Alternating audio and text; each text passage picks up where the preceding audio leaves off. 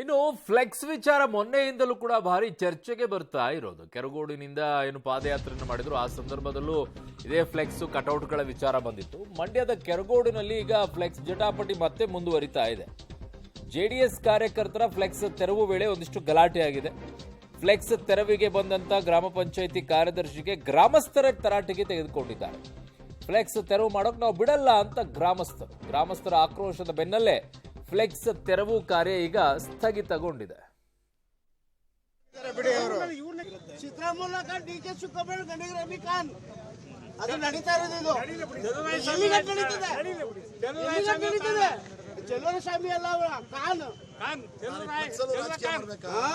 ರಾಜಕೀಯ ಮಾಡಬೇಕಾ? 22 ಜನ ಕೋರಂ ಕೊಟ್ಟಿ ನಾನೊಬ್ಬ ಪಂಚಾಯತಿ ಮೆಂಬರ್ ಆಗಿ ಹೇಳ್ತಾ ಇದ್ದೀನಿ. ಅಲ್ಲ ಸಿದ್ದರಾಮಯ್ಯ ನಾಸ್ತಿ ಕೊಡ್ತಾರ?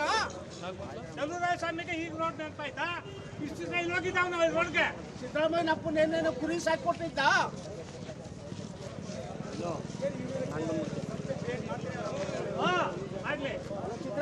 ಬ್ಯಾನರ್ಗಳನ್ನ ಅಳವಡಿಸೋದಕ್ಕಾಗ್ಲಿ ಅದನ್ನ ತೆಗೆಸೋದಕ್ಕಾಗ್ಲಿ ಪೊಲೀಸರಿಗೆ ಅವಕಾಶ ಇರುತ್ತಾ ಏನು ಅಂತ? ಯಾಕಂದ್ರೆ ಅದನ್ನ ಅಳವಡಿಸೋದಕ್ಕೆ ಮತ್ತೆ ತೆರವು ಮಾಡೋದಕ್ಕೆ ತಮಗೆ ಮಾತ್ರ ಪರ್ಮಿಷನ್ ಇರುವಂತದ್ದು. ಆ ತರ ಪೊಲೀಸರು ಹೇಳ್ತಾ ಇದ್ದಾರೆ ಅನ್ನೋಂಥದ್ದು. ಅದೇ ನಮ್ಗೆ ಅದು ಅಧ್ಯಕ್ಷರು ಹೇಳಿದ್ಮೇಲೆ ನಾವು ತೆಗಿಸುವ ಅನ್ಕೊ ಬಂದೆ. ಈಗ ಏನು ಅಧ್ಯಕ್ಷರು ಏನು ಹೇಳ್ಯಾರ? ಈಗ ಅದೇನೇ ಎಲ್ಲ ಇಲ್ಲಿ ರಂಗದಲ್ಲಿ ಫ್ಲೆಕ್ಸ್ಗಳು ಇದೆಯಲ್ಲ ಅದನ್ನ ಹೋಗಿ ನೀವು ನೀಟಾಗಿ ದೇವ್ರದ್ದು ಇದ್ಬಿಟ್ಬಿಟ್ಟು ಇದನ್ನ ತೆಗಿಸಿ ಅಂತ ಹೇಳಿದ್ರು. ನಾವು 22 ಜನ ಸದಸ್ಯರುಗಳು ಒಮ್ಮತವಾಗಿ ಸತತವಾಗಿ 3 ತಿಂಗಳ ಕಾಲ 11ನೇ ತಿಂಗಳು ನವೆಂಬರ್, 12ನೇ ತಿಂಗಳು ಡಿಸೆಂಬರ್, ಜನವರಿ 25ನೇ ತಾರೀಕು ಇಲ್ಲಿವರೆಗೂ ಮೀಟಿಂಗ್ ಆದಂಥ ದಿವಸಗಳಲ್ಲಿ ಯಾರು 22 ಜನದಲ್ಲೂ ಯಾರೂ ಇದು ಮಾಡಿಲ್ಲ. ಯಾರು ಬೇಡ ಅಂತ ಹನುಮಂತದ ಹಾರಲಿಕ್ಕೆ ಬೇಡ ಅಂತ ಯಾರು ಇದು ಮಾಡಿಲ್ಲ. ಇವರೇ ಸೃಷ್ಟಿ ಮಾಡಿರುವಂಥದ್ದು.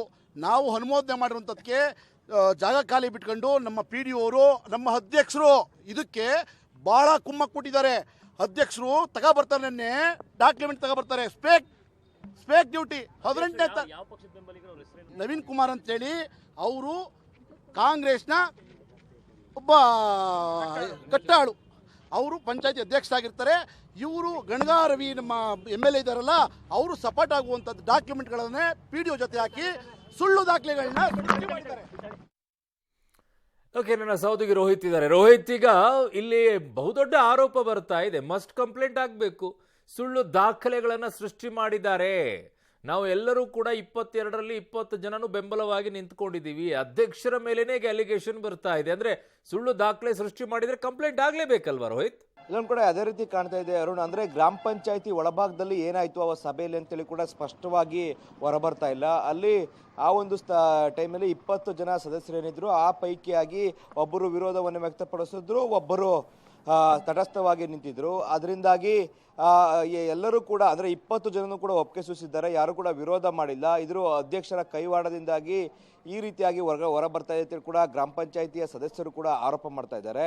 ಇನ್ನೊಂದು ಕಡೆ ನಿನ್ನೆ ಕಳೆದ ಭಾನುವಾರದಿಂದ ಅಂದರೆ ಭಾನುವಾರದಿಂದಲೂ ಕೂಡ ಫ್ಲೆಕ್ಸ್ ಗಲಾಟೆ ಈ ಒಂದು ಕೆರಗೋಡು ಗ್ರಾಮದಲ್ಲಿ ಆಗಿರುವಂಥದ್ದು. ನಿನ್ನೆ ಪಾದಯಾತ್ರೆಯಲ್ಲಿ ಉದ್ದಕ್ಕೂ ಕೂಡ ಕಾಂಗ್ರೆಸ್ ನಾಯಕರ ಒಂದು ಫ್ಲೆಕ್ಸ್ಗಳನ್ನು ಹರಿದು ಹಾಕುವಂಥ ಕೆಲಸಕ್ಕೂ ಕೂಡ ಜನರು ಮುಂದಾಗ್ತಾರೆ. ಅದೇ ನಿಟ್ಟಿನಲ್ಲಿ ಇವತ್ತು ಅಂದರೆ ದೃಶ್ಯದಲ್ಲಿ ಗಮನಿಸ್ತೀವಿ, ಕೆರಗೋಡಿನ ಗ್ರಾಮದಲ್ಲಿ JDSನ ಫ್ಲೆಕ್ಸ್ಗಳಿದ್ದಾವೆ. ಅಂದರೆ ನಿಖಿಲ್ ಕುಮಾರಸ್ವಾಮಿ ಅವರ ಜನ್ಮದಿನ ಏನಿತ್ತು ಅದಕ್ಕೆ ಶುಭಾಶಯ ಕೋರಿ, ಮತ್ತು ರಾಮ ಮಂದಿರ ನಿರ್ಮಾಣ ಏನಾಗ್ತಾ ಇದೆ ಅದಕ್ಕೂ ಕೂಡ ಶುಭಾಶಯನ ಕೋರಿ JDS ನಾಯಕರು ಮತ್ತು ಮೈತ್ರಿ ಅಂದರೆ BJP ಮತ್ತು JDS ನಾಯಕರು ಇರುವಂತಹ ಪೋಸ್ಟ್ಗಳು ಮತ್ತು ದೊಡ್ಡದಂತಹ ಬ್ಯಾನರ್ಗಳನ್ನು ಕೂಡ ಇಲ್ಲಿ ಗ್ರಾಮದಲ್ಲಿ ಹಾಕಿದ್ದಾರೆ. ಇದನ್ನು ತೆರವುಗೊಳಿಸೋ ನಿಟ್ಟಿನಲ್ಲಿ ಕೂಡ ಗ್ರಾಮ ಪಂಚಾಯಿತಿಯ ಅಧಿಕಾರಿಗಳು ಬಂದಿದ್ದರು. ಅದು ಕೂಡ ಕೆರಗೋಡು ಪೊಲೀಸ್ ಠಾಣೆಯ ಪೊಲೀಸರ ಸೂಚನೆಯ ಮೇರೆಗೆ ಅವರು ಇಲ್ಲಿ ಬಂದು ಈ ಒಂದು ಫ್ಲೆಕ್ಸ್ಗಳನ್ನು ತೆರವಿಗೆ ಮುಂದಾಗ್ತಾರೆ. ಅಂದರೆ ಪೊಲೀಸ್ನವ್ರಿಗೆ ಇದನ್ನು ಫ್ಲೆಕ್ಸ್ಗಳನ್ನು ತೆರವುಗೊಳಿಸಿರೋ ವಿಚಾರ ಆಗ್ಬೋದು, ಹಾಕೋ ವಿಚಾರ ಆಗ್ಬೋದು, ಅದಕ್ಕೆ ಪರ್ಮಿಷನ್ ಕೊಡೋಕ್ಕೂ ಸಹ ಆಗ್ಬೋದು, ಮತ್ತು ತೆರವು ಮಾಡೋಕ್ಕೆ ಆಗ್ಬೋದು. ಯಾವತ್ತೂ ಕೂಡ ಪೊಲೀಸವ್ರಿಗೆ ಅಧಿಕಾರ ಇರಲ್ಲ, ಎಲ್ಲವೂ ಕೂಡ ಗ್ರಾಮ ಪಂಚಾಯಿತಿಯ ಅಧಿಕಾರಿಗಳ ಮೇಲೆ ಇರುತ್ತೆ. ಆದರೆ ಪೊಲೀಸರು ಸೂಚನೆ, ಇದು ಇಲ್ಲಿರುವಂತಹ ಎಲ್ಲ JDSನ ಫ್ಲೆಕ್ಸ್ಗಳಾಗ್ಬೋದು, ಇರುವಂಥ ಫ್ಲೆಕ್ಸ್ಗಳನ್ನು ಕೂಡ ತೆರವು ಮಾಡಿ ಅಂತೇಳಿ ಪೊಲೀಸರು ಸೂಚನೆ ನೀಡಿದ್ದಾರೆ. ಪೊಲೀಸರ ಸೂಚನೆಯ ಆಧಾರದ ಮೇಲೆ ಗ್ರಾಮ ಪಂಚಾಯಿತಿಯ ಅಧಿಕಾರಿಗಳು ಇಲ್ಲಿ ಬಂದು ತೆರವಿಗೆ ಮುಂದಾಗ್ತಾರೆ. ಆ ಸಂದರ್ಭದಲ್ಲೂ ಕೂಡ ಗ್ರಾಮಸ್ಥರೆಲ್ಲರೂ ಕೂಡ ಅಧಿಕಾರಿಗೂ ಕೂಡ ಮುತ್ತಿಗೆ ಹಾಕಿ ಇಲ್ಲಿ ಯಾವುದೇ ಫ್ಲೆಕ್ಸ್ಗಳನ್ನ ತೆಗೆಯುವಾಗಿಲ್ಲ, ರಾಜಕೀಯ ಪ್ರೇರಿತವಾಗಿ ನೀವೆಲ್ಲರೂ ಕೂಡ ಬಂದಿದ್ದೀರಿ ಅನ್ನೋ ನಿಟ್ಟಿನಲ್ಲಿ ಆಕ್ರೋಶವನ್ನು ವ್ಯಕ್ತಪಡಿಸ್ತಾ ಇದ್ದಾರೆ. ಎಲ್ಲ ಒಂದು ಕಡೆ ಇಲ್ಲಿ ಧ್ವಜದ ವಿಚಾರವಾಗಿ ಆರಂಭವಾದಂತಹ ಒಂದು ಜಟಾಪಟಿ ಇದೀಗ ಫ್ಲೆಕ್ಸ್ ವಿಚಾರಕ್ಕೆ ತೆರೆದುಕೊಂಡಿದೆ ಮತ್ತೆ ರಾಜಕೀಯವಾಗಿ ಕೂಡ ತೆರೆದುಕೊಂಡಿರುವಂಥದ್ದು. ಮುಂದಿನ ದಿನಗಳಲ್ಲಿ ಈ ಒಂದು ಜಟಾಪಟಿ ಮತ್ತಷ್ಟು ಉಗ್ರ ಸ್ವರೂಪವು ಕೂಡ ತಿರುಗುವಂತಹ ಸಾಧ್ಯತೆಗಳು ಕೂಡ ದಟ್ಟವಾಗಿ ಕಾಣ್ತಾ ಇದೆ. ಯಾಕಂದ್ರೆ ನಿನ್ನೆ ನಡೆದಂತಹ ಘಟನೆಯಿಂದಾಗೂ ಕೂಡ ಸಾಕಷ್ಟು ನೋಡಬಹುದಾಗಿರುತ್ತದೆ. ಲಾಠಿ ಚಾರ್ಜ್ ಎಲ್ಲವೂ ಕೂಡ ಆಯಿತು, ನಿನ್ನೆ ಕೂಡ ಎಲ್ಲವೂ ಕೂಡ ತಣ್ಣಗಾಯಿತು ಅಂತೇಳಿ ಕೂಡ ಒಂದ್ ಕಡೆ ಹೇಳಲಾಗ್ತಾ ಇತ್ತು. ಆದ್ರೆ ಇವತ್ತು ಕೆರಗೋಡಿನಲ್ಲಿ ಮತ್ತಷ್ಟು ಒಂದು ಗಲಾಟೆ ಆಗಿರುವಂಥದ್ದು. ಒಂದ್ ಕಡೆ ಫ್ಲೆಕ್ಸ್ ವಿಚಾರವಾಗಿ ಗ್ರಾಮಸ್ಥರು ಅಧಿಕಾರಿಗಳಿಗೆ ತರಾಟೆ ತೆಗೆದುಕೊಂಡು ಅವ್ರ ಜೊತೆ ಜಗಳ ಆಡ್ತಾರೆ. ಬಳಿಕ ಚಲುವರಾಯಸ್ವಾಮಿ ಅವರ ಕಾರಿಗೆ ಗೆರವು ಹಾಕಿ ಅವ್ರ ವಿರುದ್ಧವಾಗಿ ಕೂಡ ಘೋಷಣೆಯನ್ನು ಕೂಗ್ತಾ ಇದ್ದಾರೆ. ಇದು ಸದ್ಯಕ್ಕೆ ತಣ್ಣಗಾಗದಂತ ವಾತಾವರಣ ಕೂಡ ಕಂಡುಬರ್ತಾ ಇರುವಂಥದ್ದು. ಅವರು ಓಕೆ ರೋಹಿತ್, ನಿಮ್ಮೆಲ್ಲ ಮಾಹಿತಿಗೆ ಧನ್ಯವಾದಗಳು.